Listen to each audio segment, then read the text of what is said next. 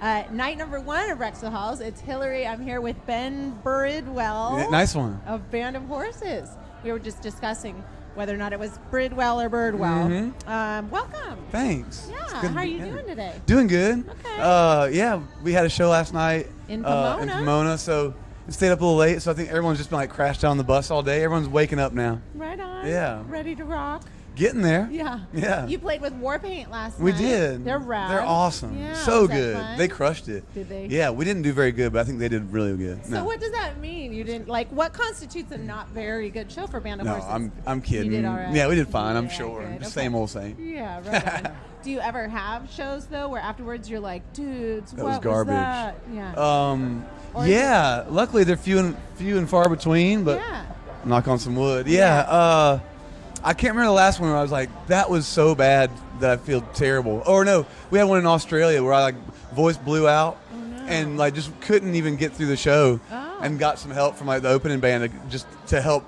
I don't know, not have everyone, asking for their money back, but that was pretty brutal. It was at the Sydney Opera House of all places too. No way. Whoops. Oh no. Yeah. So what do you do? Like you're on stage, your voice is blasting out. Do you signal to someone in the wings, come finish the song, or come off, or? Pretty much. What did you We do? took an extended break and then just kind of made a plan, some way we can get through it. Luckily, we have good singers in the band that can pick up the slack, and the opening band friends came out and helped out a little bit. But That's cool. yeah, we managed to get through it, but it still was pretty terrible. Yeah. Oh. Yeah, it's all right. But you've been doing this long enough. Band of Horses has been around a long time. Yeah. I bet you have it kind of dialed in by now. We'll see. It's still early. It better be a good show tonight, Ben. No pressure. I agree. So I want to go back to your kind of musical beginnings because I read that you actually started running your own record label before you were making music. Is that right? That's correct. That's kind of unusual for a musician, but very cool. I was never a musician. Yeah, I was putting out some bands, and was this in Seattle or South Carolina? It was in Seattle. Okay. And just had some friends that needed at least. I wanted to have their discs available at least for their gigs and stuff to help get the music out there.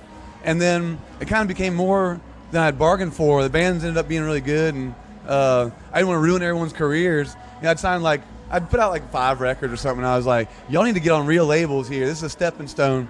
And around that time, one of the bands, their drummer left to be in Modest Mouse, actually. Oh, nice. And then they're like, well, can you just be the drummer? Because it was pretty minimalistic anyway. You'll figure it out. So yeah, so I got in kind of through the back door into music, playing it. And once that band broke up, I missed it. I missed the traveling part, so I started writing my own songs, which became Band of Horses, and I got lucky to get signed to Sub Pop, and here we are. Right. I mean, that's pretty crazy too. Yeah. So, because your voice is incredible, Ben. Your voice it stands out from the crowd, and I feel like it's a big part of what makes Band of Horses such an incredible band. Yeah. So to not, you didn't realize that you had this incredible voice? You were, that's so funny. Never had done that before. No, never had been singing or anything. Yeah, just kind of, it was more just for fear of returning to the dish pit and working on as a line cook at best. I was like, I got to figure out how to do something. Yeah, that's really interesting. Well, I'm so glad you did figure it out. Me too. I love your voice. I can't wait to Thanks, see you guys Hilary. play. Thank you. Yeah. So your new album, Why Are You Okay, just came out in June. Yeah. And I read that you worked with Jason from Granddaddy on it. Was that your first time working with him, or? We've done a couple projects, just some little one-off things. I was scoring this film. I needed his help on a song. Granddaddy are an incredible band too. Oh yeah, and they're coming back too. Yeah. They have a new record coming out in the spring. Nice. First time in I want to say 15 years. Yeah. But yeah, working with Jason's awesome. We were friendly and had dabbled a little bit together. We're both kind of shut-in dudes that will just work on a song all day long and forget that the sun rises and falls. So yeah, we're kindred spirits. And then he's the only person I had in mind to do the record, and luckily he said yes. And I feel like it was the right choice because he brought a lot to the whole process and to the songs. Yeah, it is a great record. Thanks. Yeah. So did you record it then at your house? Because I know you have a home studio, or where did you record the record? That's kind of stretching it. It's more just the garage. It's kind of garbage. Yeah, I keep it kind of dirty to make sure the kids don't want to come in there too much so I can hide my stuff. Right on. But no, I did a lot of demoing at home. We had 2 babies on top of our other two. So it was Yeah, you like, got 4 kids yeah. now. So the house got real busy.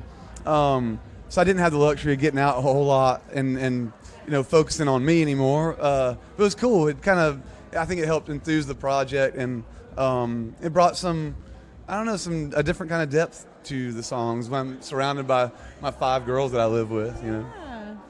Birdie Bridwell. Yeah, Bird. Yeah, we got a bunch of them. Did they ever want to like jump in when you're messing around and recording stuff? And They don't. Okay. They don't. I think I've done my job correctly. The room's too scary. There's always like some like live wire or something hanging out. I keep it dangerous. Nice. Because I think Beck's kids are like are they on his new song or they're in his new Are video they really? or something? Yeah. Awesome. Yeah. We ain't there yet, but my oldest just turned 8, but they're starting to get more curious as we go here. I've purposely kind of shielded them from what I even do or playing them in any of my music, but now they're getting a little bit wise to it and just starting to sniff around a little bit more. That's super cool.